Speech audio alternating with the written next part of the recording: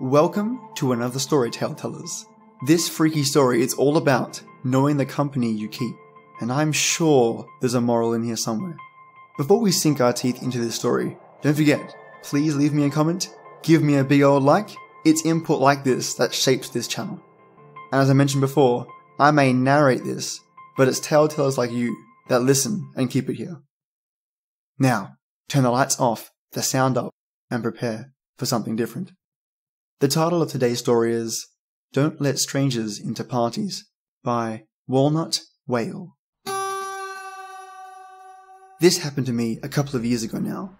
Unfortunately, I have had many run-ins with predatory men in my life, but this particular experience really sticks out to me because it felt like such a close call.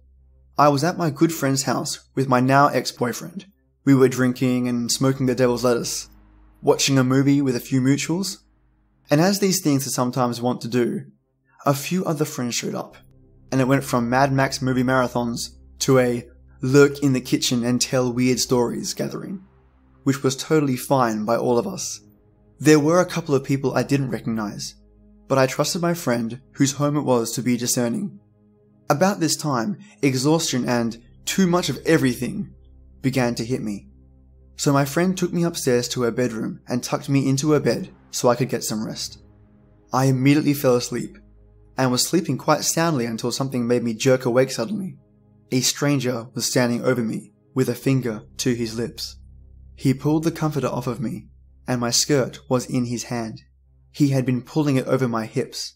My senses immediately went on alarm, and I screamed, "What are you doing?" He dropped my skirt and said, "I was just trying to wake you up."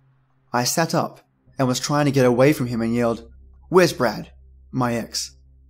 I still have no idea why that was a pressing question, but okay, fight or flight brain.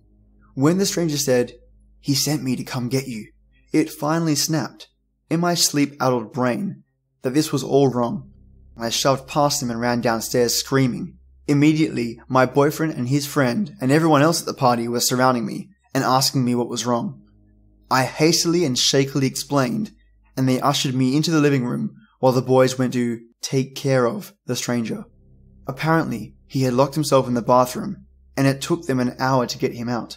And as soon as he opened the door, he ran as fast as he could down the stairs, and left without even getting his shoes. It was one of those "we thought you knew him" situations. He had tagged along with some people who had come over from the bar, who were all under the assumption that their other friend knew the guy. The look in his eyes when I woke up still sends chills down my spine. He had obviously seen I was faded, and decided to see what he could get away with. Sheesh. This story was terrifying. I don't need to go into why obviously, but there is a tipping point in this story where anything could have happened.